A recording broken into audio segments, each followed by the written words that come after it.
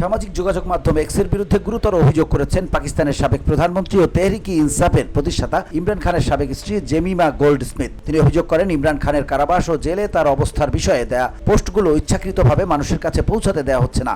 শনিবার the Telegraph অনলাইনের এক প্রতিবেদনে এ তথ্য জানানো হয়েছে। শুক্রবার ইলন মাস্ককে উদ্দেশ্য করে দেয়া এক পোস্টে জেমিমা বলেন, ইমরান খানের আইনি লড়াই ও কারাগারের পরিস্থিতি নিয়ে তার লেখা আপডেটগুলো জনগণের কাছে পৌঁছায় না। এই বিষয়গুলো নিয়ে খোলাখুলি কথা বলার জন্য এক্সই এখন শেষ অবশিষ্ট প্ল্যাটফর্ম বলে দাবি করেন তিনি।